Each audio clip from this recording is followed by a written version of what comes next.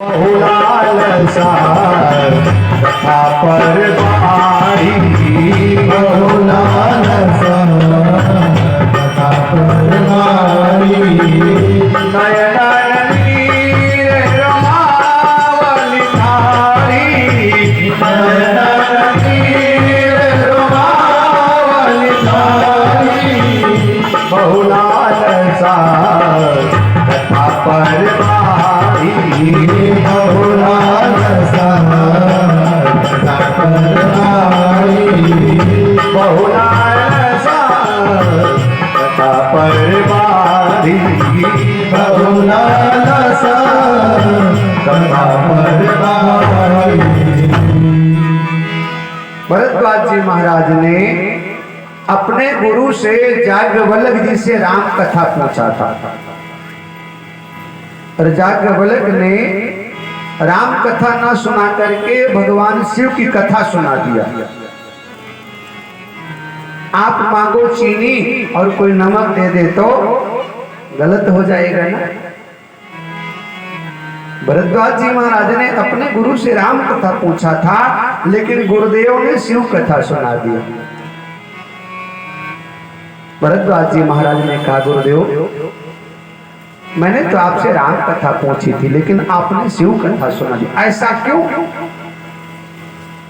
याज्ञवल्क्य जी महाराज मुस्कुराए और बोले कि बेटा, मैंने तुम्हें इसलिए राम कथा नहीं सुनाया, राम कथा के पहले मैंने तुम्हें इसलिए शिव कथा सुना दिया क्योंकि मैं तुम्हारे अंतःकरण की भावनाओं को मैं जानना चाहता हूं।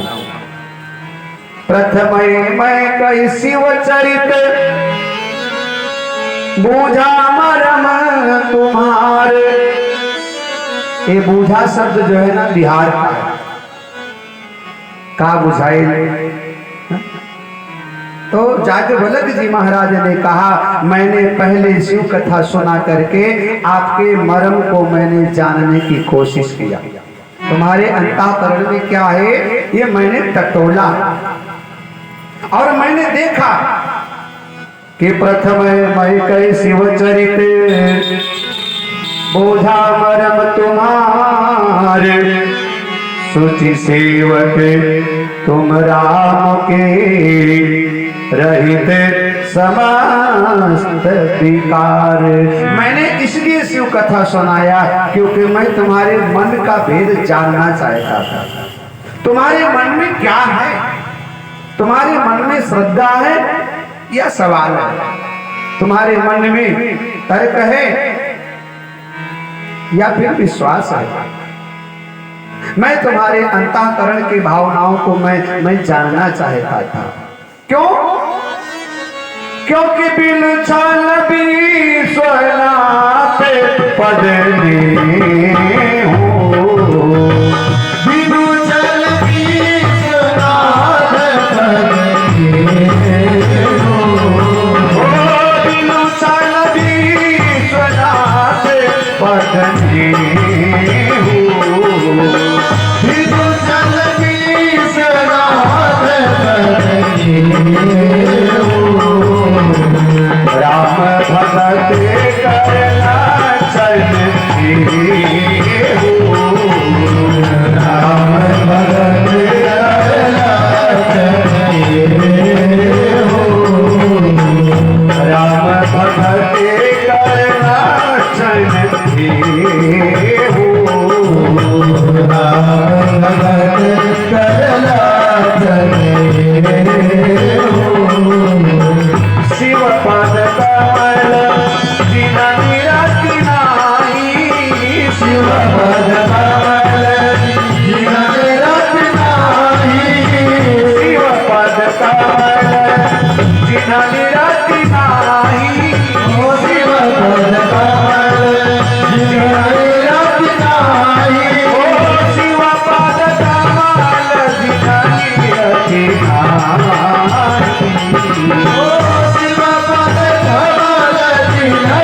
नाही, राम ही थे सपने उना सुहाई, राम ही थे सपने उना सुहाई।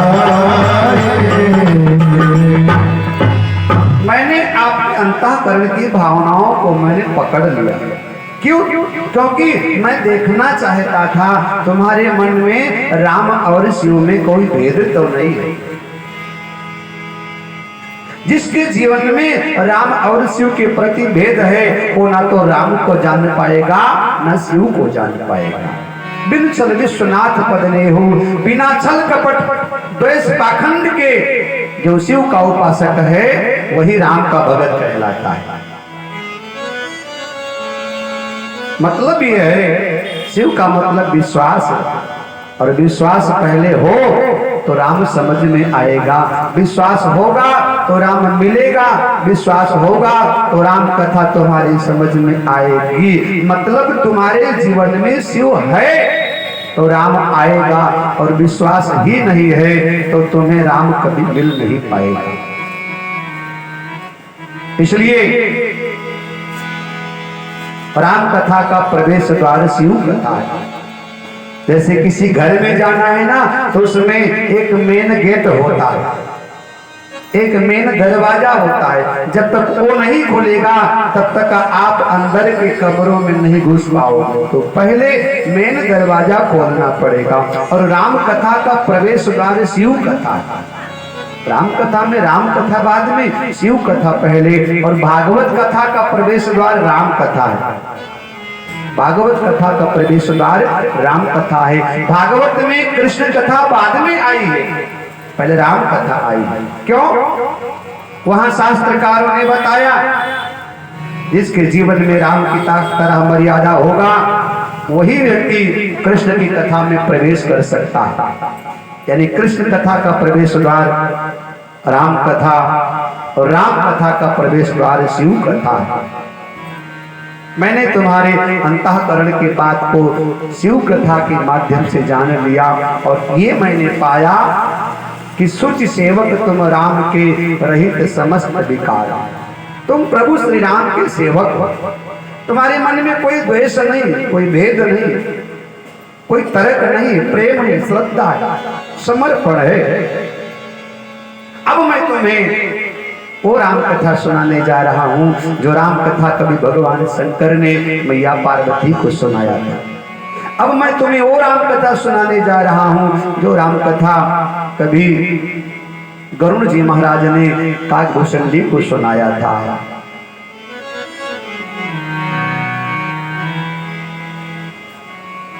सिद्ध तपोवन योगी जन सुर किन्नर मुनि वृंद बसहि तहां सुकृति सकल सेवहि शिव सुख कंद।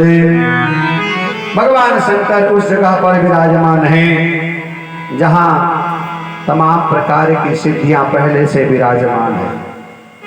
जोगी लोग हैं, ऐसे कैलाश पर्वत पर भगवान शंकर विराजमान हैं। बट वृक्ष की छत्र छाया में शिव भगवान बैठे हैं। 3 प्रकार की हवा चल रही है, शीतल, मंद और सुगंध। आज महादेव उस बट वृक्ष के नीचे गए हैं तो स्वतः अपने हाथों से भगवान शंकर ने मृग चरम बिछाया, और मृग चरम बिछाकर भगवान शंकर कैलाश पर्वत पर लगा बट वृक्ष के नीचे आसन लगाकर भगवान शिव बैठे। निज कर दासी नागरी पूछाला, निज कर अपने हाथों से भगवान शंकर ने मृग चरम बिछाया, और बैठे सहज ही शंभो कृपाला। महादेव बैठे और उसी समय मैया भगवान शिव का अद्भुत दर्शन करती हैं। आज भगवान बड़े सुंदर हैं, महादेव ने बड़ा सुंदर श्रृंगार किया है, सुंदर श्रृंगार, अद्भुत है। मुनियों का सा परिधान भगवान शंकर ने धारण किया है। जटाओं में गंगा पहले विराजमान है, मस्तक पर चंद्रमा विराजमान है। सेवक बाहर खड़े सेवकाई कर रहे हैं, देवता प्रार्थना कर रहे हैं, और अद्भुत भगवान शिव का आज का दर्शन है। कुंड इंदु दरगौरे शरीरा, इंदु दरगौरे शरीरा,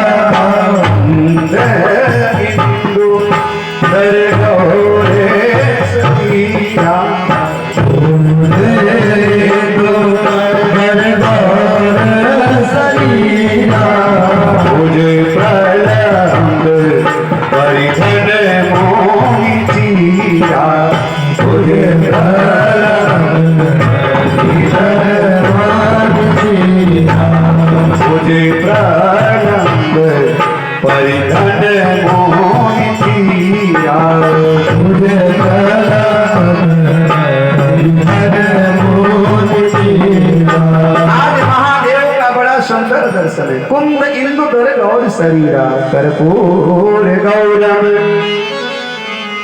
करुणा अवतारम। कुंद इंदुधर गौर शरीर, सोने जैसा भगवान शिव का शरीर चमक रहा, बड़े सुंदर लग रहे हैं, मानो काम भी लजा जाए, इतने सुंदर भगवान शिव। पीता मुनियों सा वेश बनाया भगवान शंकर ने, अद्भुत अकल्पनीय भगवान शिव का स्वरूप है। किसी ने महादेव से पूछा, बाबा विवाह करने के लिए जब गए तब तो कोई स्वरूप ही नहीं बनाया, भूत प्रेत की टोली लेकर शमशान की राख लपेट करके और साहब वहां पहुंच गए, तब आपने कोई श्रृंगार नहीं किया, कोई वेश नहीं बनाया। विचित्र आप हैं। जब वेश की आवश्यकता थी तब आपने वेश बनाया नहीं, और वेश की जहां आवश्यकता नहीं वहां आपने अद्भुत वेश बनाया। अरे बाबा ऐसा क्यों किया? चार आदमियों के बीच में समाज में जाना था, कोई स्वरूप नहीं बदला, कोई श्रृंगार नहीं किया, जैसे चले गए वैसे थे। एकांत में हो, अकेले हो, बाहर कोई व्यक्ति नहीं है, दाम्पत्य के सिवा तीसरा कोई नहीं, तब आपने सुंदर श्रृंगार बनाया।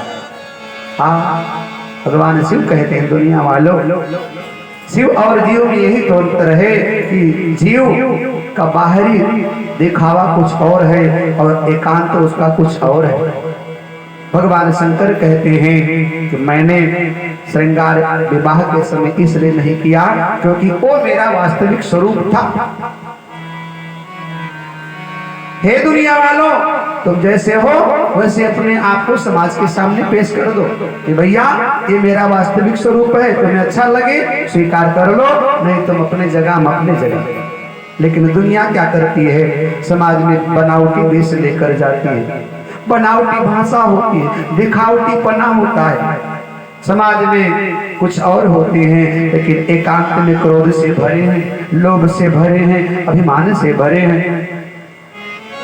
मन मलिन तन सुंदर कैसे, विसरस भरा कनक घट जैसे। महादेव कहना चाहते हैं, दुनिया वालों अपने आप को समाज के सामने जैसे वैसे पेश करो, बनावटी नहीं। प्रारंभ में अपने आप को बता दोगे कि हम ऐसे हैं, तुम्हें स्वीकार करना है कर लो, नहीं तुम अपने जगह, हम अपने जगह। बाद में जब पता चलता है तब लोगों को बड़ा दुख होता है और संबंध टूटने का संभावना होता है। इसलिए जैसे हो ऐसे खुद को पेश कर दो और एकांत में अपने आप को साधना सीखो, एकांत में अपना श्रृंगार करो, अकेले में खुद को साधो, अपना श्रृंगार अकेले में करो, अपने आप को एकांत में देखो, तुम क्या हो, तुम्हारा जीवन क्या है, तुम्हें कैसे होना चाहिए। एकांत में अपने जीवन को संवारो, एकांत में अपने जीवन को बनाओ। भगवान शिव बैठे हैं, मैया ने देखा मौका बड़ा सुंदर है, बहुत सुंदर अवसर है। पार्वती भल अवसर जानी, गई शंभु पही मातु भवानी। भगवान शिव के निकट मैया गई, भगवान शंकर ने देखा देवी आई है, अत्यंत प्रिय समझ करके आदर किया और भगवान शंकर ने आज स्वयं अपने हाथों से आसन उठा करके वामांग में डाल दिया। ये जब सती थी तब सन्मुख शंकर आसन थी ना, सामने आसन लगाया था, लेकिन पार्वती बनकर आई तो वाम भाग आसन हर दीना, वाम भाग आसन हर दीना। जाने प्रिया आदर अति कीना, जाने प्रिया जाने प्रिया आदर अति कीना, जाने प्रिया अति कीना। पाव भाग आसन हर दीना, पाव भाग आसन हर दीना।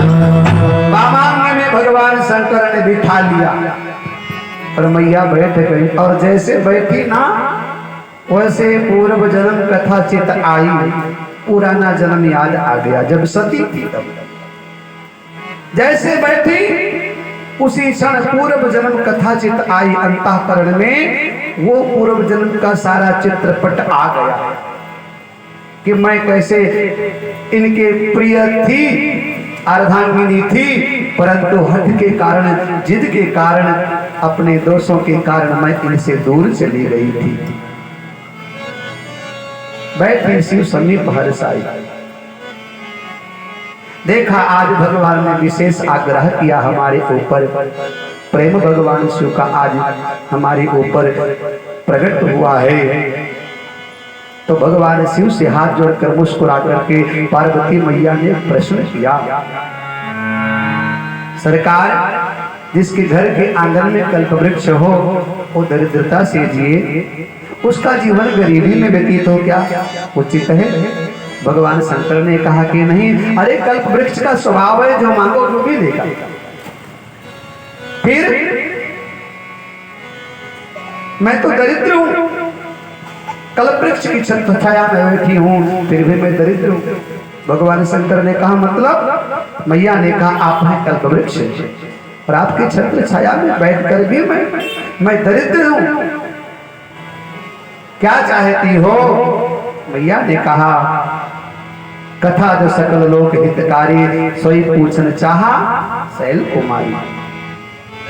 जिस राम को लेकर ब्रह्म हुआ था, जिस राम को लेकर शरीर त्यागना पड़ा था, आज भी वही राम मन में बसा हुआ है। उसी राम के प्रति आज भी कुछ जानने की इच्छा है। देखिए शरीर बदल गया, सवाल नहीं बदला है। सब कुछ बदल गया लेकिन सवाल नहीं बदला, सवाल पुराना है। लेकिन महाराज, महादेव, एक बात ध्यान रखना, तब मैं सती थी, दक्ष की बेटी, अब मैं सती नहीं, अब पार्वती हूं और पर्वतराज हिमांचल की बेटी। पहाड़ का मतलब स्थिरता का प्रतीक, पार्वती का मतलब श्रद्धा। अब मेरे मन में श्रद्धा है, तब तर्क था, अब श्रद्धा है। अब मैं हिमांचल की पुत्री हूं, स्थिरता का प्रतीक है हिमालय, तब तर्क था, अब श्रद्धा है। इसलिए महादेव, कथा जो सकल लोक हितकारी, सोई पूछन चाह शैल कुमारी। आज मैं शैल पुत्री हूं, मैं सती नहीं हूं, मैं पार्वतराज हिमांचल की पुत्री हूं। प्रभु समरथ सर्वज्ञ शिव, सकल कला गुण धाम, जोग ज्ञान वैराग्य निधि, प्रणत कलप तरु नाम। हे महादेव, यदि आप हम पे प्रसन्न हैं, मुझे अपना दासी समझते हो, तो मुझे राम कथा सुना दो। राम के प्रति मेरे मन में तर्क नहीं, श्रद्धा है, विश्वास है, लेकिन एक बात समझ में नहीं आ रहा है महादेव। शेष सारना वेद पुराना, सकल करें रघुनायक गाना, तुमको निराम राम दिन राती, सादर जपो अनंग अराती। ये राम की महिमा क्या है कि सरस्वती भी राम राम गाती हैं, वेद भी राम राम गाते हैं, पुराण भी राम राम गाते हैं, ब्रह्मा भी राम राम गाते हैं। कि राम नाम नदिया, अरे अगम बही जाए, जमा कोई कोई नहाए। राम नाम नदिया, अगम बही जाए, जमा कोई कोई नहाए। राम नाम नदिया, अगम बही जाए, जमा कोई कोई नहाए। राम नाम नदिया, अगम बही जाए, जमा कोई कोई नहाए। ब्रह्मा नहाने और विष्णु नहाने, ब्रह्मा नहाने और विष्णु नहाने, ब्रह्मा नहाने और विष्णु नहाने, ब्रह्मा नहाने और विष्णु नहाने। हर शंकर नहाने अपन डमरू बजाए, वहाँ कोई कोई नहाए। शंकर नहाने अपन डमरू बजाए, वहाँ कोई कोई नहाए। हर शंकर नहाने अपन डमरू बजाए वहाँ कोई कोई नहाए। राम नाम लिया डमरू बजाए वहाँ कोई कोई नहाए। शेष नहानी और शारदा नहानी, शेष नहाने और शारदा नहाने, शेष नहाने और शारदा नहानी, शेष नहाने और शारदा नहाने। हरि नारद नहाने अपन बीड़ा बजाए वहाँ कोई कोई नहाए। नारद नहाने अपने बीड़ा बजाए वहाँ कोई कोई नहाए। राम नाम नदिया अगम बही जाए वहाँ कोई कोई नहाए। राम नाम नदिया अगम बही जाए वहाँ कोई कोई नहाए। तुलसी नहाने और नरसी नहाने, तुलसी नहाने और नरसी नहाने, सूर्य नहाने कबीरा नहाने, सूर्य नहाने कबीरा नहाने। और नरसी नहाने अपन बीड़ा बजाए वहाँ कोई कोई नहाए। राम नाम नदिया अगम बही जाए वहाँ कोई कोई नहाए।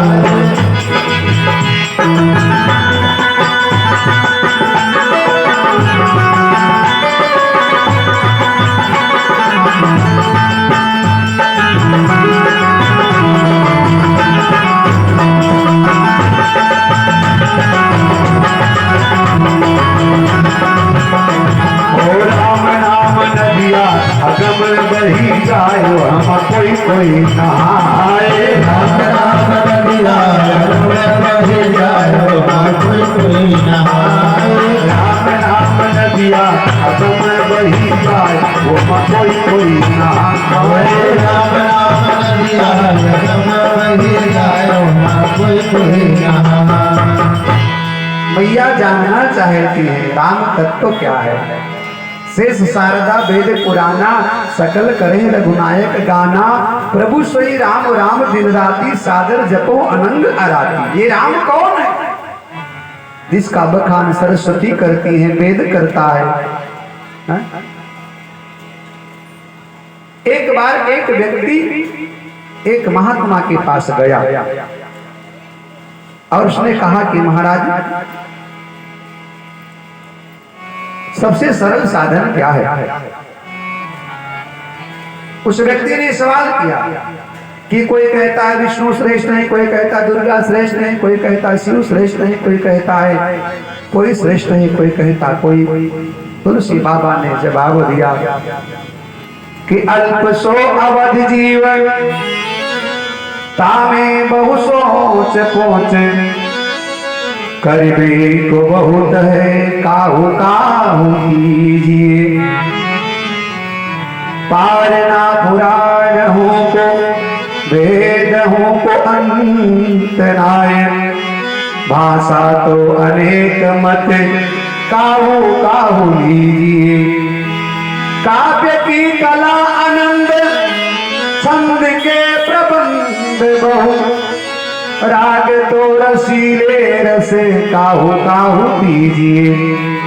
तब तुलसी बाबा ने कहा कि सब बातन को एक बात कि तुलसी बताए जाते, कि जन्म जो सुधारा चाहो तो राम नाम लीजिए।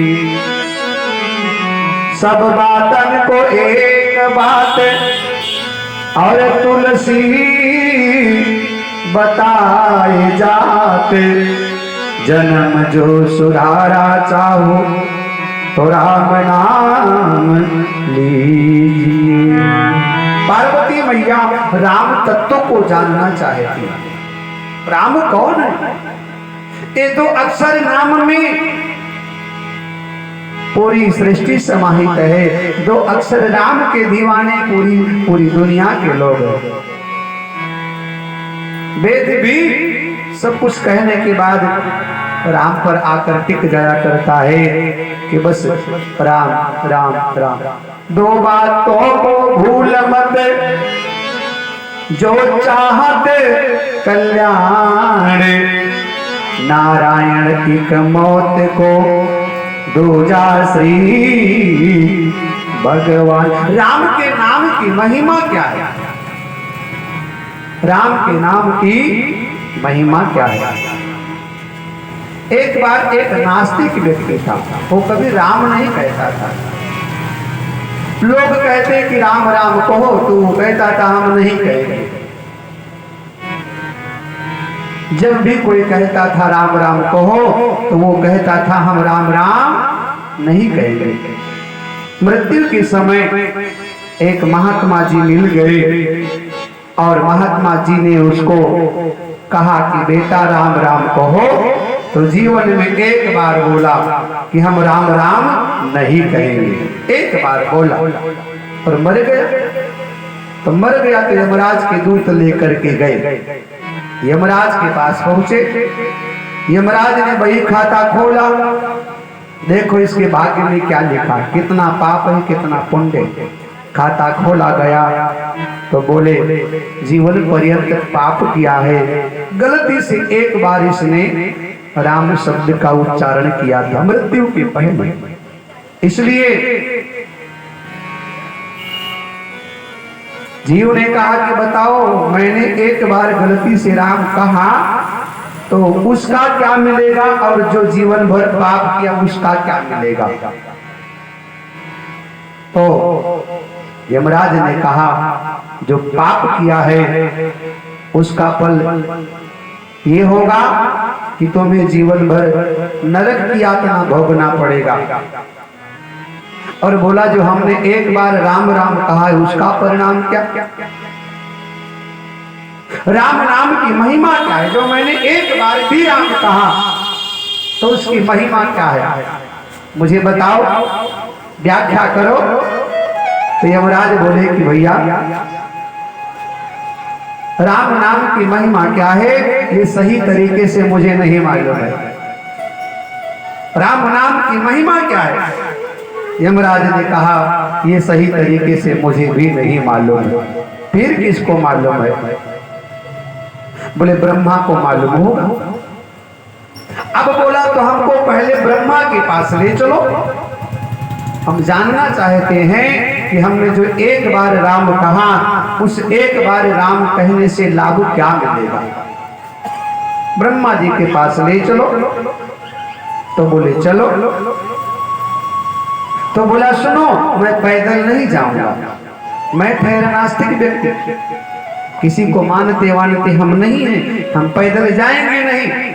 और एक बार राम राम कहा है या तो उसकी महिमा बताओ हमें, नहीं तो ब्रह्मा जी के पास ले चलो, और ब्रह्मा जी के पास लेकर चलना है तो हमारे लिए पालकी मंगवा।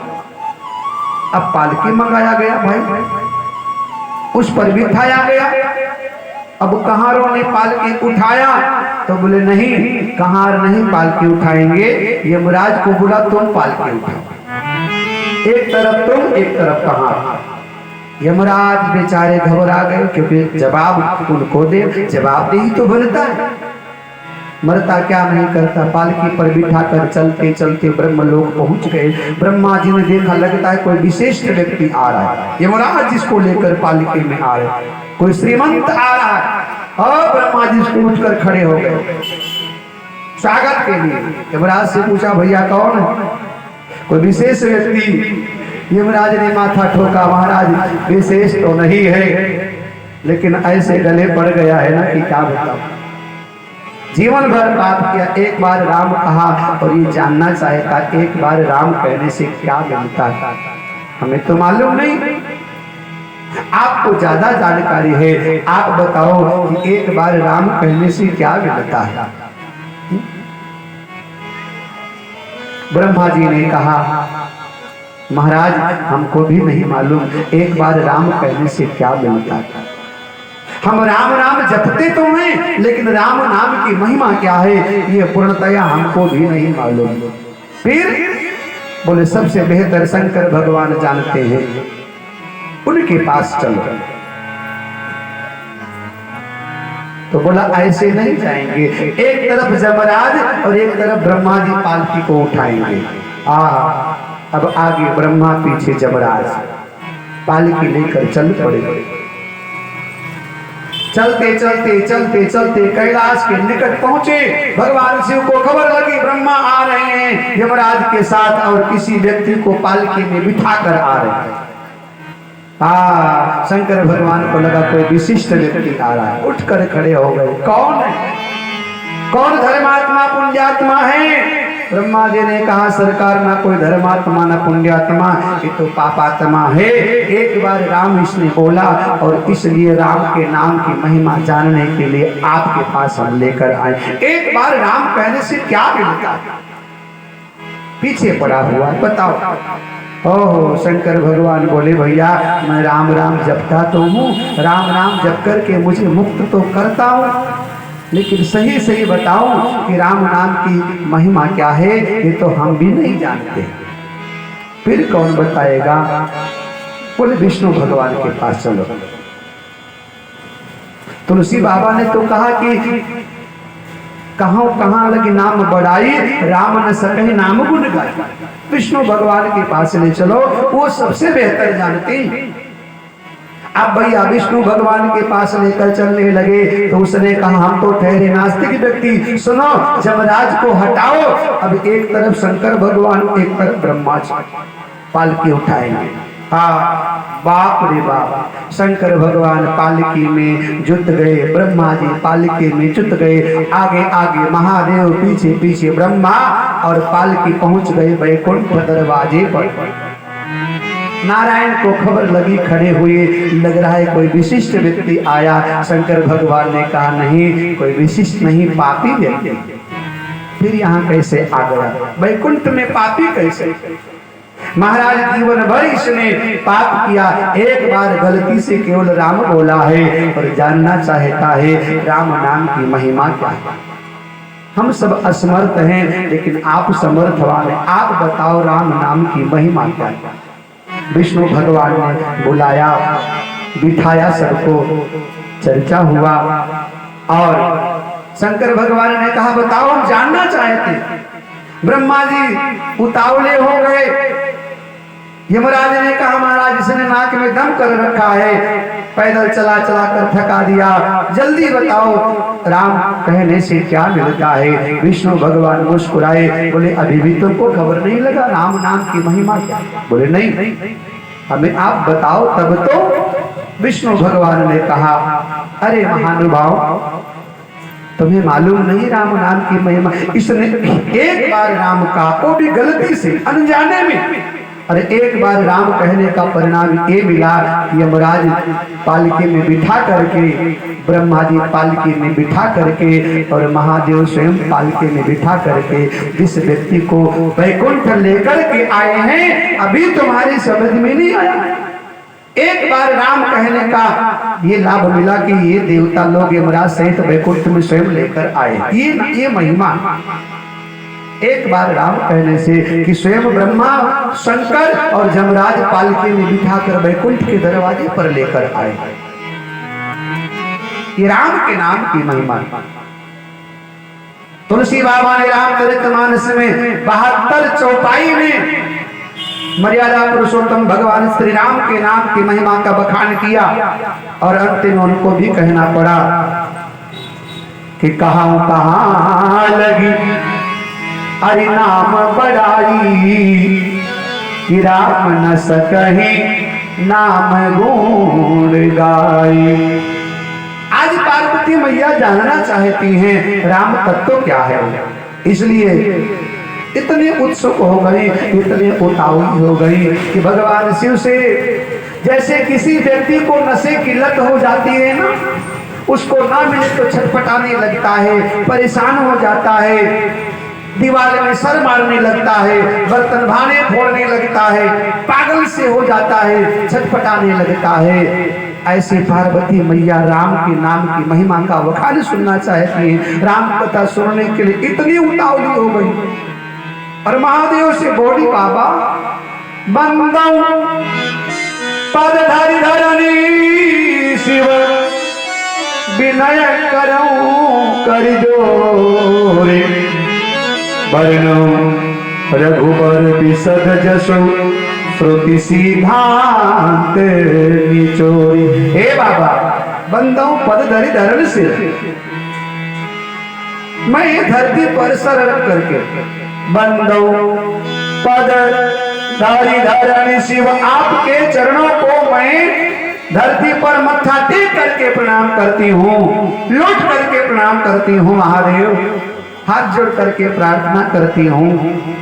मेरी विनती सुन लीजिए और मुझे राम कथा सुना दीजिए। बंदो बरनहु रघुबर विशद जसु श्रुति सिद्धांत निचोड़, मुझे राम कथा सुना दीजिए कि जिसे श्रवण कर मिट जाती है,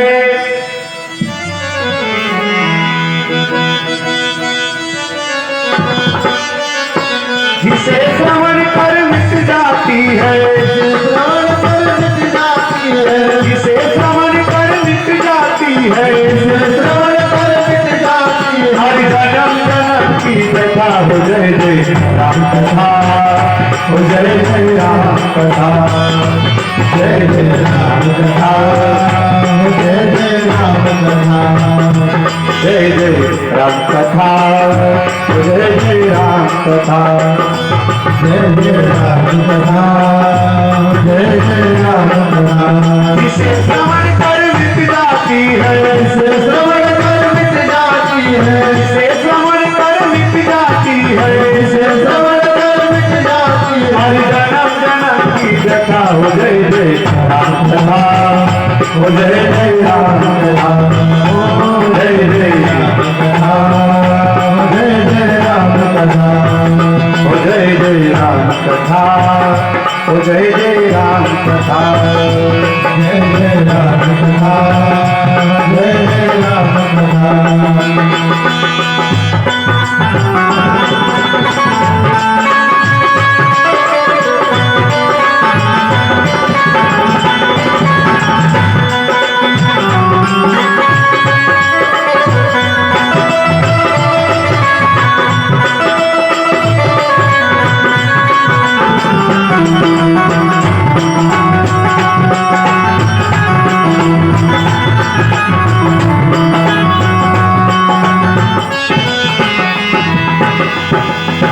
मुझे राम कथा सुना दीजिए।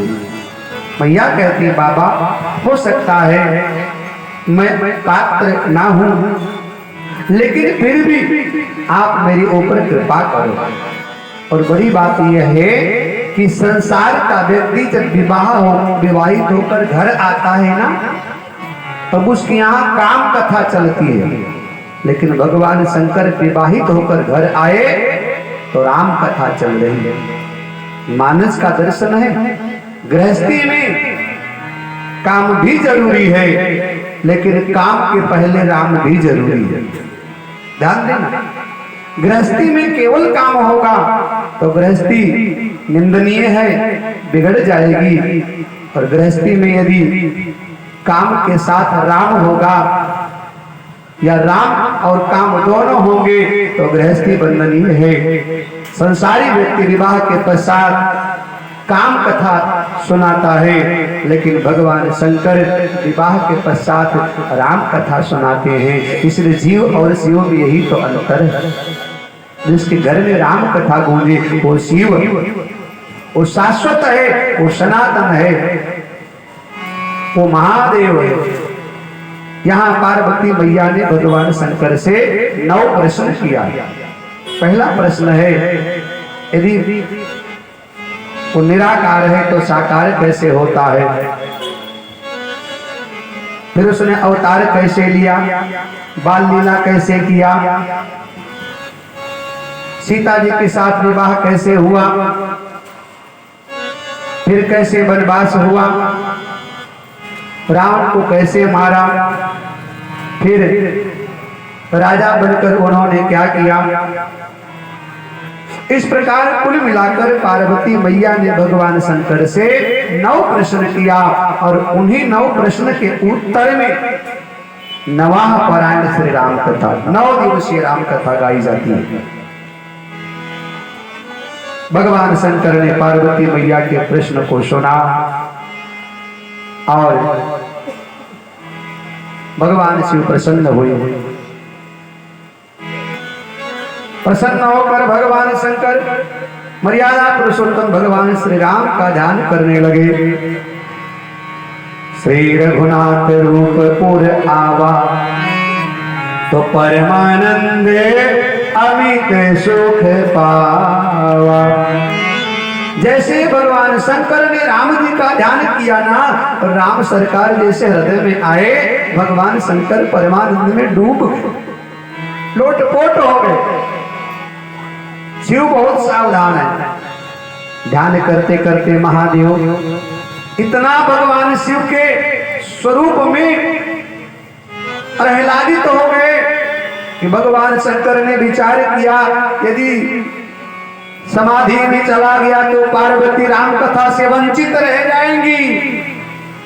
कहीं शिव समाधि में चले गए तो पार्वती को कुछ मिलेगा नहीं। इसलिए मगन ध्यान रसदंग जुगे पुनि मन बाहेर कीरे, और रघुपति चरित महेश तब हर्षित वर नहीं लीले। भगवान शिव पहले तो राम जी का ध्यान करते हैं, फिर सरकार का ध्यान करते महादेव मग्न हो गए। और मग्न होने के बाद ध्यान मुद्रा में ही मग्न हैं, और मग्न होने के बाद केवल और केवल दो घड़ी भगवान शिव अंतःकरण में राम का दर्शन करके फिर बाहर आ गए। मगन ध्यान रसदंग जुग पुनि मन बाहर कीन, फिर बाहर आ गए। क्यों? महादेव ने विचार किया, अंतःकरण में चला गया तो समाधि लग जाएगी, और समाधि लग जाएगी तो पार्वती को राम कथा नहीं मिलेगा। इसलिए भगवान शंकर समाधि से बाहर आकर के और भगवान श्री राम की कथा पार्वती मैया को प्रसन्न होकर के सुनाने लगे। और बोल पड़े कि देवी झूठे उसाते जाहि बीनु जाने, झूठे उसाते जाहि बीनु जाने, जिनि भुजंग बीनु रज पहिचाने, जिनि भुजंग बीनु रज पहिचाने, जहि जाने जग जाई आई, जहि जाने जग जाई आई, जहि जाने जग जाई है आई, जहि जाने जग जाई है आई। जागे जथा सपन भ्रम जाई, ओ जागे जता सपन भ्रम जाई, जागे जथा सकल भ्रम जाई, जागे जता सपन भ्रम जाई। राजा राम राम राम राजा राम राम राम राजा राम राम राम राजा राम राम राम राम राम राम राम राम राम राजा राम राम राम। सीता राम राम राम सीता राम राम राम सीता राम राम राम सीता राम राम राम सीता राम राम राम सीता राम राम राम सीता राम राम राम सीता राम राम राम। भगवान शंकर कहते हैं कि हे पार्वती, झूठो सत्य जाहे बिनु जाने, बिन भुजंग जिन भुजंग बिन रजु पहिचाने। झूठो सत्य जाहे बिनु जाने। जब तक आपको सत्य का ज्ञान नहीं होगा तब तक झूठा आपसे दूर नहीं होगा। झूठा ही जैसे एक व्यक्ति अपने नए मकान में गया, नए मकान में अंधेरा था, उसमें रस्सी पड़ी थी। नए मकान में गया, अंधेरा था तो रस्सी पड़ी थी। अब रस्सी के ऊपर उसका पांव पड़ गया तो उसको लगा कि अरे बाप रे बाप, सांप पड़ गया नीचे पैर पे। अंधेरे के कारण उस व्यक्ति को रस्सी में सांप का भ्रम हुआ। यद्यपि सांप नहीं है रस्सी, लेकिन अंधेरा है तो उसको सांप का भ्रम हुआ। उसको लगा कि बाप रे बाप, हमारे तो पांव के नीचे सांप आ गया। और वो बेचारा इतना डर गया, इतना डर गया, उसके पसीना आ गया, हाँफते कांपते घर पहुंचा तो मूर्छित हो गया। क्यों? कि उसको लगा कि मानो पांव सांप के ऊपर पड़ गया, जबकि सांप नहीं, लेकिन सांप का भय उसको उसमें हुआ, सांप का भ्रम हुआ। क्यों हुआ? क्योंकि अंधेरा। अब सांप का भ्रम उसको तब तक रहेगा जब तक वहां जाकर सुबह देख नहीं लेगा कि तो इसको हमने सांप समझा था तो रस्सी है। अब रात भर बेचारा भयभीत रहा, डरा सहमा रहा, लेकिन जैसे सवेरे प्रकाश हुआ ना, गया जाकर देखा तो वास्तव में वो सांप वाप कोई नहीं, वो तो रस्सी थी। भगवान शंकर कहते हैं, हे पार्वती, जैसे किसी व्यक्ति को अंधेरे के कारण रस्सी में सांप का भ्रम हो जाता है, ऐसे ही जब तक सत्य आप जानोगे नहीं तब तक झूठ का आपका भ्रम बना रहेगा।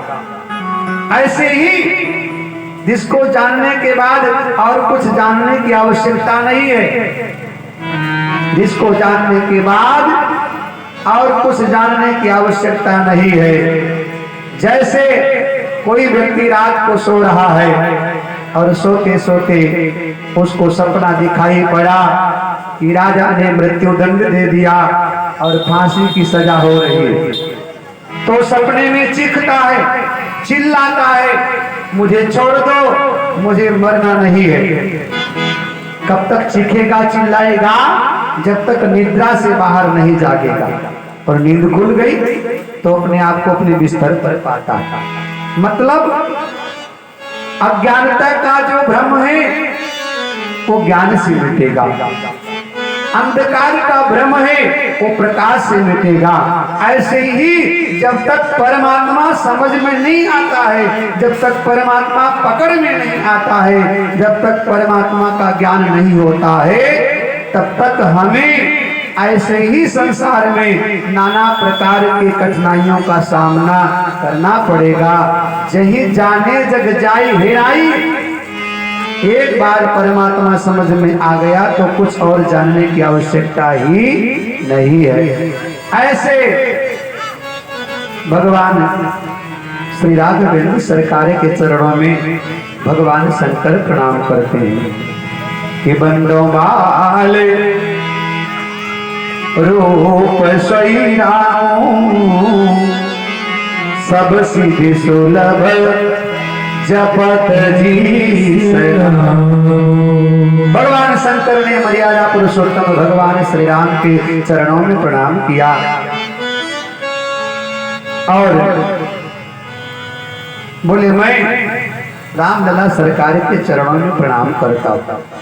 लेकिन कौन से भगवान को प्रणाम किया? बंधु राम बंधो बाल रूप सोई राम। राम के चरणों में गोस्वामी तुलसी बाबा कहते हैं, शंकर भगवान ने प्रणाम तो किया, लेकिन कौन से राम? बोले बालक राम।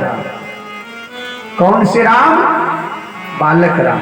अब बोले राम में भी भेद है क्या? बोले हाँ, राम में भी भेद है। राम में कई भेद है।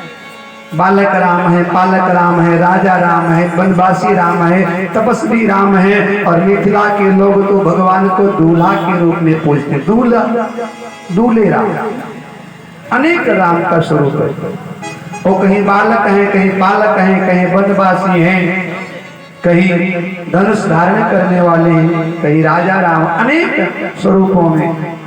तुलसी बाबा कहते हैं भगवान शंकर ने जिस राम को प्रणाम किया वो राम बालक है। बंधु बाल रूप से। क्यों भगवान शंकर ने बालक राम को ही क्यों प्रणाम किया?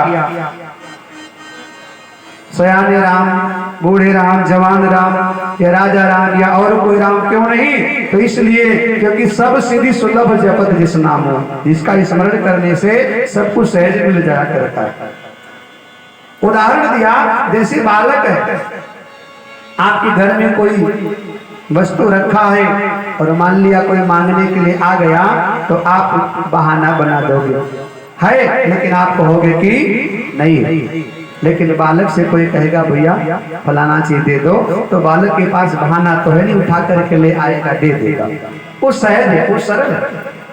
आपसे कोई पूछे कि परिवार में कौन कौन है, तो आप कहोगे भैया क्या बात है, भेद लेने आए हो क्या। लेकिन बालक से कोई पूछे तो उसके जीवन में भेद इसलिए बता देगा। आपसे कोई पूछे कि आपके पापा कितने बजे जाते हैं, मम्मी कितने बजे जाती हैं, तो आप कहोगे भैया क्या बात है, इंक्वायरी कर रहे हो क्यों। लेकिन बालक से कोई पूछे तो बालक बता देगा, मम्मी 4 बजे जाती है, पापा 6 बजे जाते हैं, इतने बजे वो आते हैं, वो सब बता, क्योंकि उसके मन में कोई भेद है, वो बालक है। इसलिए भगवान शंकर बालक राम को प्रणाम करते हैं। बालक के मन में कोई भेद है, वो निर्मल होता है। और कभी कभी आपके पास कोई वस्तु कोई मांगने के लिए आया, आपने कह दिया नहीं है, तो बगल में बालक खड़ा हो कह देता नहीं पिताजी रखा है, दे दो ना। बालक है, उसके मन में कोई भेद नहीं, वो सिफारिश और कर देगा। और बड़े की अपेक्षा बालक जल्दी रीझ जाया करता। घर का कोई काम कराना हो, बालक को 2 रुपया दे दो, बेटा चले जाइए काम करके ले आओ, दौड़ जाएगा। यही काम किसी बड़े से कराओगे तो कहेगा तुम्हारा नौकर हूं क्या, क्यों जाऊं। बालक जल्दी रीझ जाता है, सरल है, सहज है।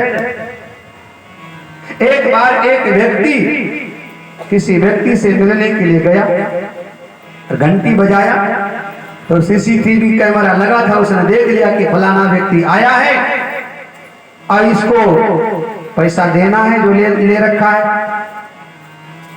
तो छोटा सा बालक था 5 साल का, उसको भेज दिया, जाकर बेटा कह दो कि पापा घर में नहीं।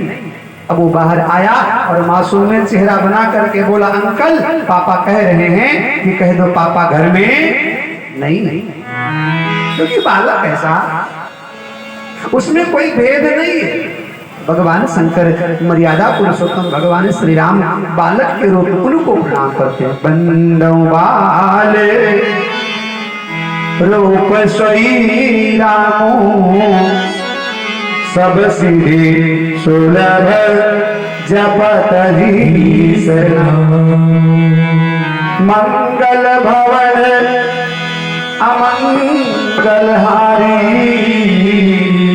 और द्रवम सुदशरथ आदि भगवान श्री राम को प्रणाम किया। मंगल भवन जो मंगल का भवन है, अमंगल हारी जो अमंगल का विनाश करने वाला है, ऐसे महाराज दशरथ नंदन मर्यादा पुरुषोत्तम भगवान श्री राम के बालक स्वरूप को मैं प्रणाम करता हूँ। और भगवान को प्रणाम करके पार्वती मैया को महादेव कहते हैं, देवी तुम बड़ी भाग्यशाली हो, बड़े भागी हो तुम, तुम्हारे जैसा दुनिया में कोई और भाग्यशाली नहीं। कि धन्य धन्य गिरिराज कुमारी, धन्य धन्य गिरिराज कुमारी, तुम समान नहीं को उपकारी, तुम समान नहीं को पहुंचे रघुपति कथा प्रसंगा, पहुंचे रघुपति कथा प्रसंगा, पहुंचे रघुपति कथा प्रसंगा, पहुंचे रघुपति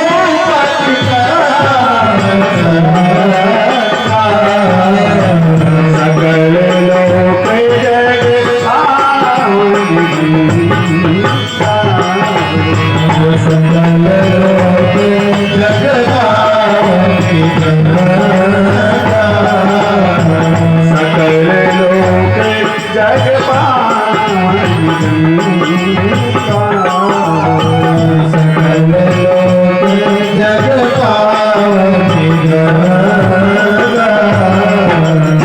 भगवान शंकर ने मैया को कहा, देवी धन्य हो, धन्य हो, धन्य हो।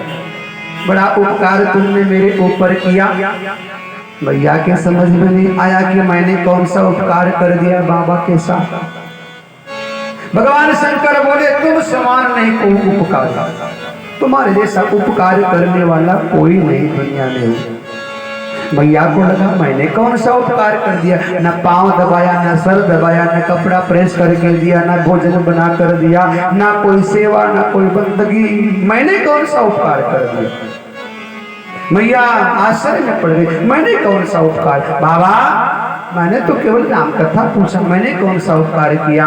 भगवान शंकर कहते हैं ये सबसे बड़ा उपकार है, पूछो रघुपति कथा प्रसंग। आपने जो राम कथा पूछा, आपके द्वारा पूछी गई राम कथा से पूरे ब्रह्मांड का लाभ होगा, पूरे सृष्टि का कल्याण होगा। पूछो रघुपति कथा प्रसंगा, सकल लोक जग पावन गंगा।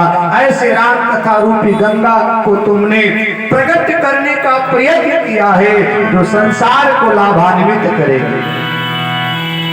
दो गंगा है, एक भागीरथी गंगा जिनको राजा भगीरथ लाए थे, हिमालय से चली और उनका भी प्रागट्य भगवान शिव के जटाओं से ही हुई। और वो गंगा हिमालय के मार्ग से निकल करके हरिद्वार प्रयाग होकर गंगा सागर में जाकर मिल जाती हैं। उन गंगा से लाभ तो मिलता है लेकिन कुछ ही लोगों को मिलता है, लेकिन दूसरी गंगा राम कथा रूपी गंगा जो भगवान शिव के मुख से निकली है, इस गंगा से लाभ सबको मिलता है।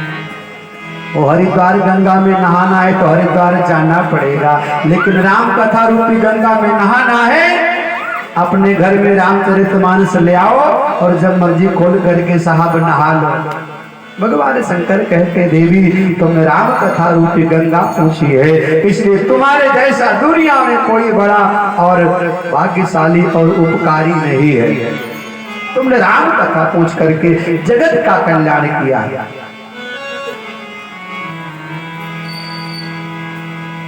वेद मंत्र सोधी सोधी सोधी के पुराण सब, संतन असंतन को भेद को बताओ तो, कपटी कुड़ाही क्रूर कलि के कुचाल जीव, कौन राम नाम हो को चर्चा चलाओ तो।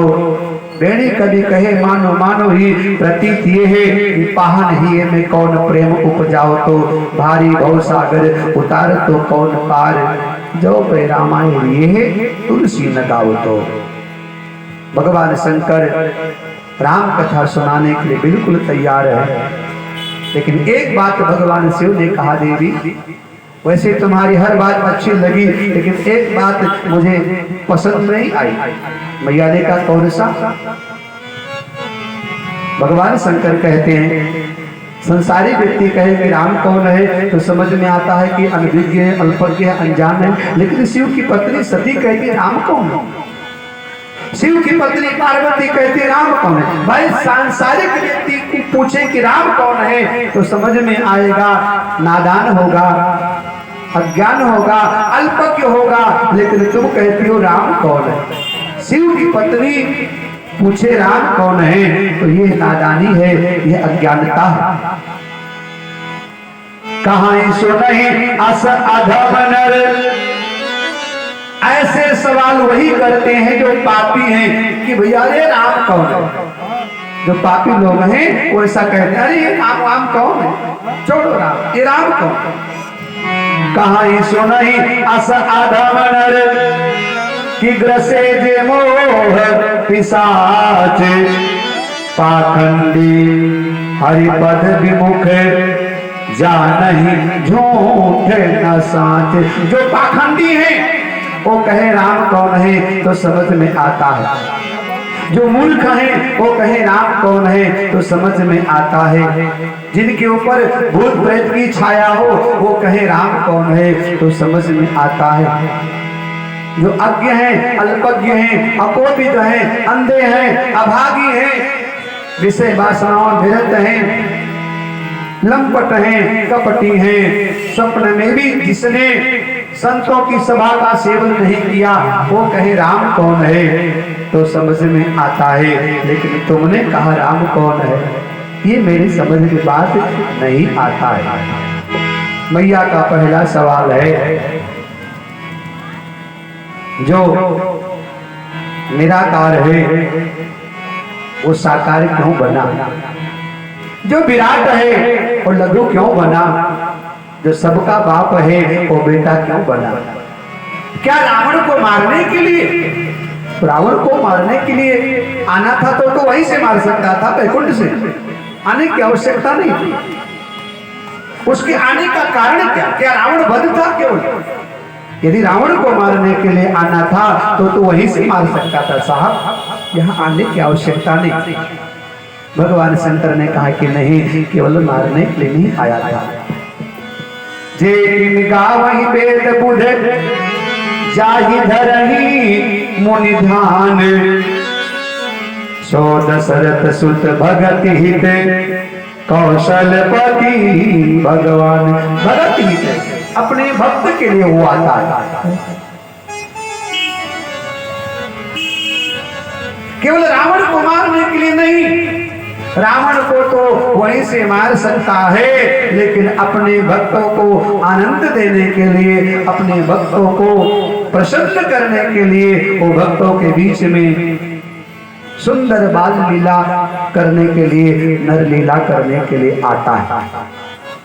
प्रश्न है, निराकार साकार कैसे होता है? भगवान शंकर ने कहा, देवी निराकार और साकार में कोई भेद नहीं, अगुण सगुण नहीं कछु भेदा। निराकार और साकार में कोई भेद नहीं। जैसे ये फूल है, ये फूल है तो फूल क्या है? निराकार है, ये दिखता, ये प्रत्यक्ष है, लेकिन इसका जो सुगंध है वो निराकार है, वो दिखाई नहीं पड़ता। फूल है, ये फूल साकार है, लेकिन इसकी जो खुशबू है वो निराकार है। अब फूल नहीं होगा तो सुगंध कहां से आएगा? जैसे रसगुल्ला है, रसगुल्ला वो साकार है, लेकिन उसकी जो मिठास है ना, उसकी मिठास वो निराकार है। अब रसगुल्ला ही नहीं होगा तो उसमें मिठास कहां से आएगा? उसी प्रकार अगुण सगुण नहीं कछु भेदा, संसार के करतार का आकार न होता तो उसका ये संसार भी साकार न होता। ये बिल्डिंग बगल में बनी है, ये बिल्डिंग बनी है, बिल्डिंग बनी इसका मतलब बनाने वाला कोई है, इसका मतलब बनाने वाला कोई है। अब कौन है बनाने वाला? ये तो आप हम नहीं जान सकते हैं, लेकिन बनाने वाला कोई है। ये पांडाल सजा है तो इसका मतलब यह है कि सजाने वाला कोई है। अब कौन है ये हम नहीं जान पाएंगे, लेकिन कुछ लोग जानते हैं। ये नदियां हैं, इसको बनाने वाला कोई है। ये पहाड़ है, इसको बनाने वाला कोई है। ये वृक्ष है, इसको बनाने वाला कोई है। इन वृक्षों में फल लगता है, लगाने वाला कोई है। मतलब निराकार साकार में कोई भेद नहीं है। आवश्यकता पड़ने पर वही ईश्वर निराकार से साकार हो जाया करता है। कैसे? कि जब जब होई धर्म की हानि, बाढ़ई असुर अधर्म अभिमानी। जब जब होई धर्म की हानि, बाढ़ई असुर अधर्म अभिमानी। जब जब होई धर्म की हानि, जब जब होई धर्म की हानि, बाढ़ई असुर अधर्म अभिमानी।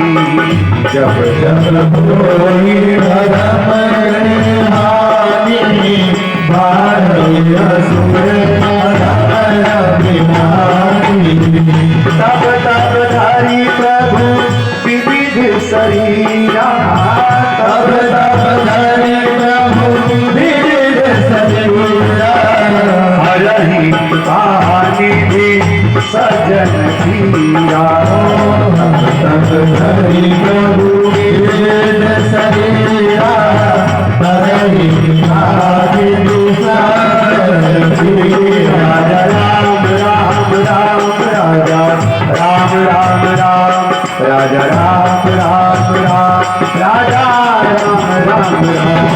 राजा राम राम राम राजा राम राम राम राजा राम राम राम राजा राम राम राम सीता राम राम राम सीता राम राम राम सीता राम राम राम सीता राम राम राम सीता राम राम राम सीता राम राम राम सीता राम राम राम सीता राम राम राम ओ सुई सुई के भैया सुई सुई के सोई सोई के भैया सोई सोई के जिंदगिया बितौला तू सोई सोई की जिंदगिया में तोरा तू सोई सोई के जिंदगिया बितौला तू सोई सोई की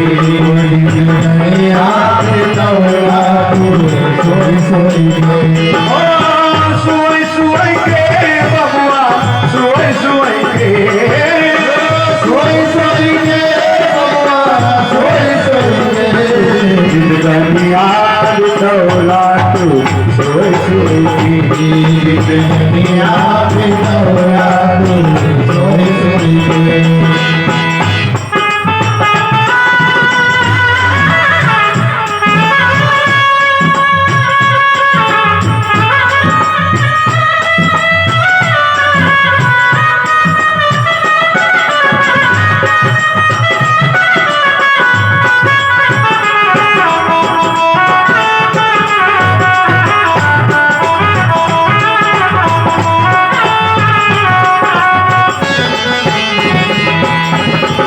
माता पिता गए बतिया न मानो माता पिता पिता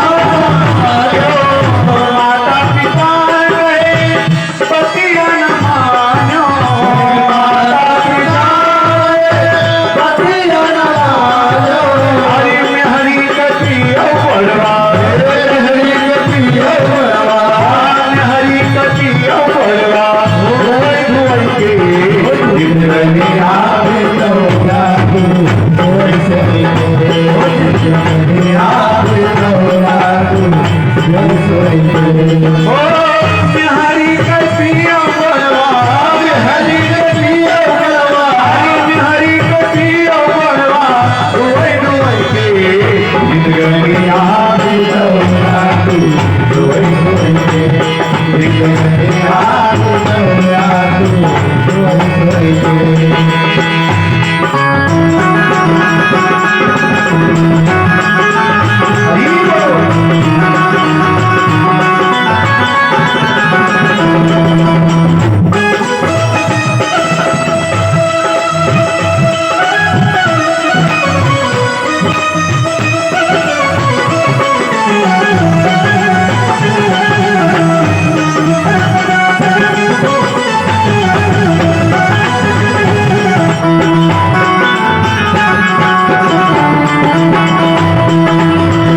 साधु संतन के सेवा न कीना साधु संतन के सेवा न कीना साधु ब्राह्मण के सेवा न कीना साधु ब्राह्मण के सेवा न कीना साधु ब्राह्मण के सेवा न कीना साधु ब्राह्मण के सेवा न कीना पैसन को दी हो धनवाद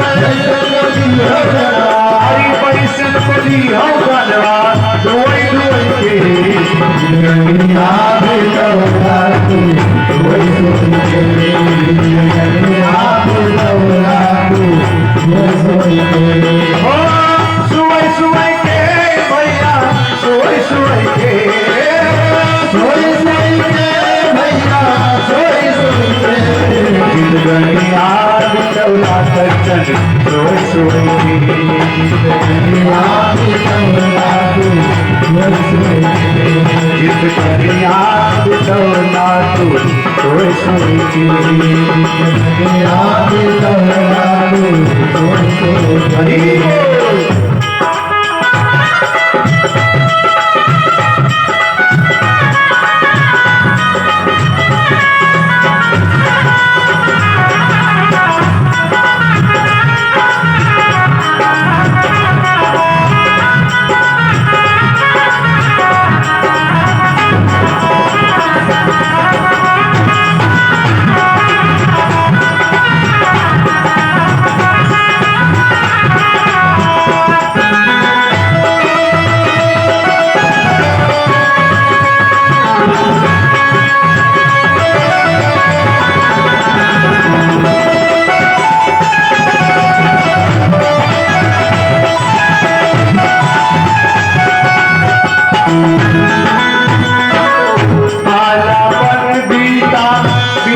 जवानिया हमारा मन बीता बितल जवानिया कालापन बीता शीतल जवानिया हमारा मन बीता बितल जवानिया आई बुढ़ापा चलो आई बुढ़ापा चलो आई बुढ़ापा चलो तोड़ तोड़ के दुनिया में चलना तू कोई कोई दुनिया में चलना तू कोई कोई ओ आई बुढ़ापा चलो आई बुढ़ापा चलो आई बुढ़ापा चलो तोड़ तोड़ के दुनिया में चलना तू कोई कोई दुनिया में चलना तू कोई कोई दुनिया चलना तू कोई कोई दुनिया में चलना तू कोई कोई राजा राम राम राम राजा राम राम राम राजा राम राम राम राजा राम राम राम राजा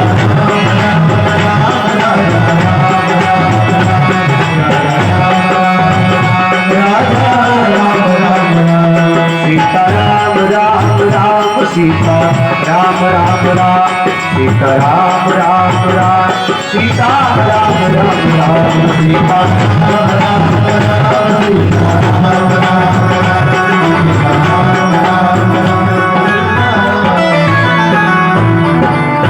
जय जय श्री सीताराम जय जय श्री सीताराम जय जय श्री सीताराम बोले आज के आनंद की जो न बोले उनकी भी कथा समझ में आ रही कि नहीं? हाँ ऐसे करो, सब लोग नहीं कर रहे हो, ऐसे करो।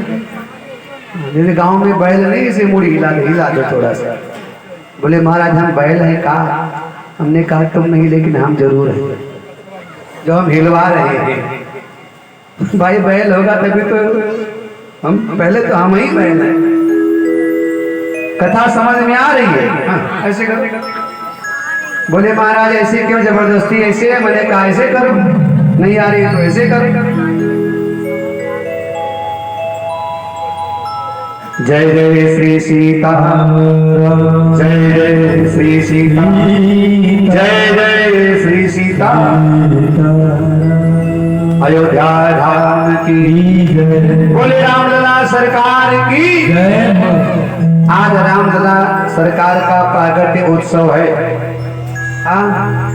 अयोध्या में तो सरकार 22 जनवरी को विराजमान होंगे, लेकिन उसके पहले हम थोड़ा यही बुला लेते हैं। वहां जब आएंगे तो देखा जाएगा। वैसे मैं भी इस ऐतिहासिक क्षण में अयोध्या उपस्थित रहूंगा। 22 जनवरी को रामलला विराजमान होंगे और 19 जनवरी को हम यहाँ से अयोध्या के लिए प्रस्थान करेंगे। रामलला सरकार ने हमको बुलाया, हमसे बहुत प्रेम करते हो और हम भी उनसे बहुत ही प्रेम करते हैं। अभी श्राद्धों में बुलाया था, गए थे, और इस कथा के बाद में फिर बुलाया तो फिर हम जा रहे हैं। एक कथा विश्राम हो जाएगी, फिर हम जाएंगे कार्तिक, और फिर 19 जनवरी को भी बुलाए कि 22 जनवरी को हमारे स्थापना दिवस पर आप आइए, हम जाएंगे। तो आप लोग भी अयोध्या जाने की तैयारी करो। हमारे रामलला सरकार के साथ बहुत विश्वासघात हुआ, बहुत धोखा हुआ। राजनीतिक चक्कर में कई साल तक बेचारे वनवासे रहे। पहले तो 14 साल का वनवास माता पिता की आज्ञा का पालन करने के लिए, लेकिन कुछ राक्षसों के कारण सरकार को वनवास हो गया था। अब हमारे यहाँ जब से 2 साधु आए हैं जिसने भारत की दिशा को बदल दिया, तो बाबा आए हैं, एक मोदी बाबा, एक योगी बाबा, है ना? एक बार बजा दो ताली। ये दोनों महात्मा, ये दोनों साधु आज भी मोदी साहब गुजरात में कई मंदिरों की कायाकल्प करने के लिए निकले। मुझे गर्व है ऐसे भगवान के भक्त के ऊपर, साधक के ऊपर। अकेले ही जो खा खा कर सदा गुजरान करते हैं, यूं भरने को तो दुनिया में पशु भी पेट भरते हैं।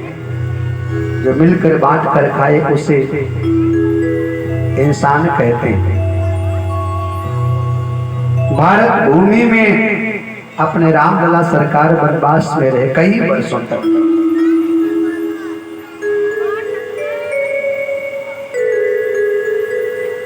तो भगवान शंकर पार्वती मैया को राम कथा सुनाते हुए कहते हैं कि हे देवी, वैसे तो भगवान के संसार में आने का अनेक कारण है, कोई एक कारण नहीं।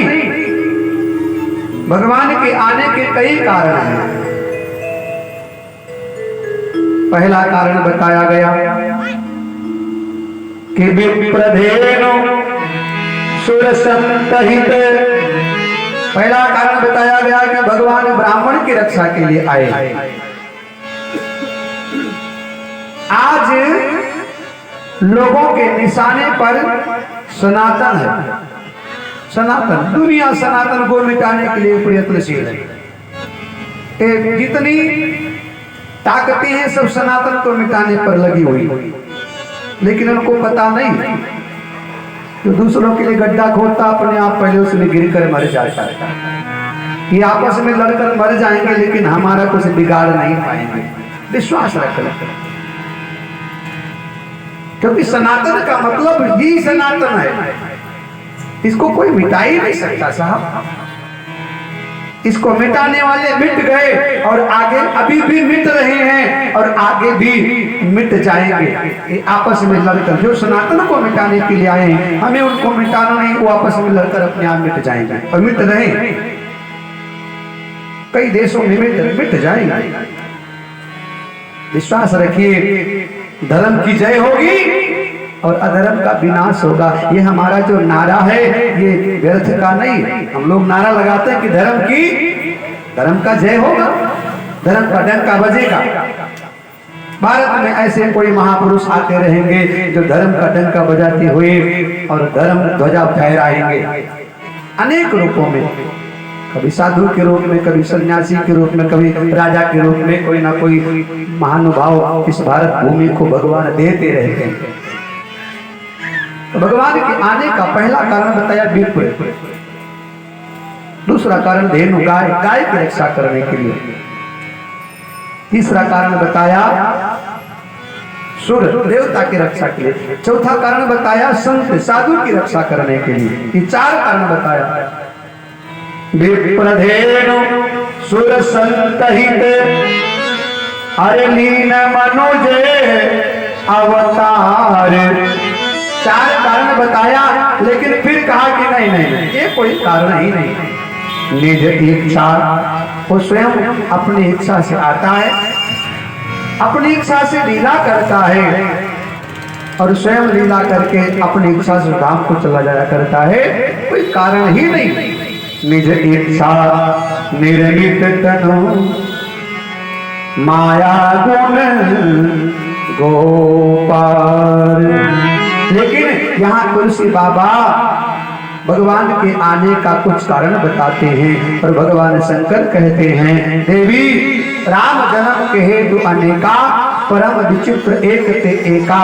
उनमें जन्म एक दो कहां बखानी, सावधान सुन सुमुख सयानी। सावधान सुन सुमुखी भवानी।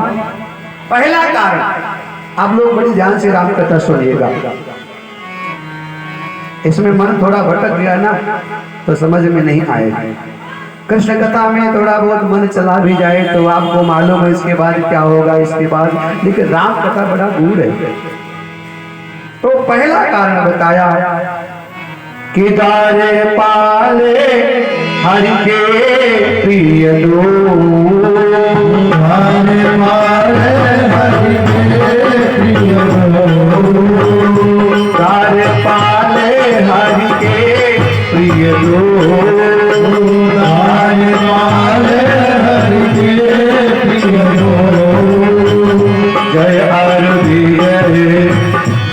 सबको, जाने सबको, श्राप के दो न भाई,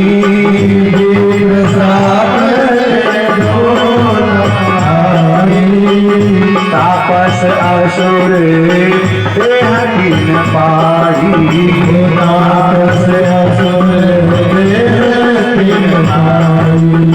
भगवान के आने का एक कारण, भगवान के दो पार्षद हैं, नाम है जय और विजय। एक बार सनत सनंदन सनातन सनत कुमार ये चारों भाई वैकुंठ में भगवान का दर्शन करने के लिए गए, तो भगवान के पार्षदों ने कहा रोज रोज भगवान का दर्शन करने से क्या मिलता है, आज भगवान का दर्शन नहीं मिलेगा, एक काम करो तुम मेरा ही दर्शन करके संतुष्ट हो लो, तुम समझना मैं भगवान हूं, मेरे में और उनमें अंतर क्या है। सनक सनंदन सनातन सनत कुमार चारों भाइयों ने देखा ये वैकुंठ के दरवाजे पर हैं, लेकिन यहाँ रहने के लायक नहीं है, ये भगवान बनते हैं, ये खुद को भगवान समझते हैं, पर ही कल्प भर नरक मोह जीव को इस समान, जीव कभी ईश्वर बन सकता है क्या, कभी नहीं, ये भगवान अपने आप को मान बैठे। और सनकादि ऋषियों ने कहा जाओ तुम वैकुंठ के दरवाजे पर हो लेकिन यहाँ रहने लायक नहीं हो, तुम्हारा पतन हो जाए और तुम मृत्यु लोक में जाकर राक्षस बनो। घबरा गए, चरणों में गिर पड़े, विष्णु भगवान आए, इनका उद्धार कैसे होगा। सनकादि ऋषियों ने कहा इनको मारने के लिए भगवान को आना पड़ेगा। भगवान ने कहा मैं इनका उद्धार करूंगा, यदि ये बैर करेंगे तो 3 जन्म लेना पड़ेगा और भक्ति करेंगे तो 7 जन्म लेना पड़ेगा। इन्होंने कहा सरकार हम तो बैर करेंगे, 7 जन्म बहुत लंबा है, बैर करेंगे भक्ति नहीं करेंगे, 3 जन्म तुझ बचन प्रवान, और इन्हीं दोनों का पतन होता है। तो आगे चलकर ये दोनों भाई हिरण्याकश्यप हिरण्याक्ष बनते हैं, रावण कुंभकर्ण बनते हैं, कंस और दंतवक्र बनते हैं। जहां नरसिंह भगवान ने वध किया, राम जी ने वध किया और कृष्ण भगवान ने वध किया। एक कल्प में जलंधर नाम का एक दैत्य हुआ जिसने देवताओं के अधिकार को छीन लिया, किसी से मारा नहीं जा रहा था। उसकी पत्नी नाम था वृंदा, वो सती थी, तो पाति व्रत धर्म के ओट में जलंधर बच रहा था। और एक बार जलंधर से नारद जी ने पार्वती की प्रशंसा कर दिया, तो जलंधर शिव बनकर पार्वती के पास चला गया और पार्वती मैया ने भगवान से प्रार्थना किया कि इसका वध करो। भगवान ने कहा चिंता मत करो, इसने रास्ता स्वयं दिखा दिया। जब ये पार्वती के लिए शिव बन सकता है तो हम वृंदा के लिए विष्णु क्यों न बन जाए। और विष्णु बन करके भगवान नारायण ने वृंदा के साथ छल किया और उसका पातिव्रत धर्म नष्ट हुआ। वृंदा को मालूम हुआ तो वृंदा ने श्राप दे दिया और वृंदा के श्राप के कारण भगवान नारायण से नर बनते हैं। एक जन्म के कारण की कथा और सुनाते हैं। नारद जी महाराज ने भगवान विष्णु को श्राप दे दिया था कि तुम नारायण से नर बन जाओ। नारद श्राप दीन एक बारा, जन कल्प एक लगित ही अवतारा।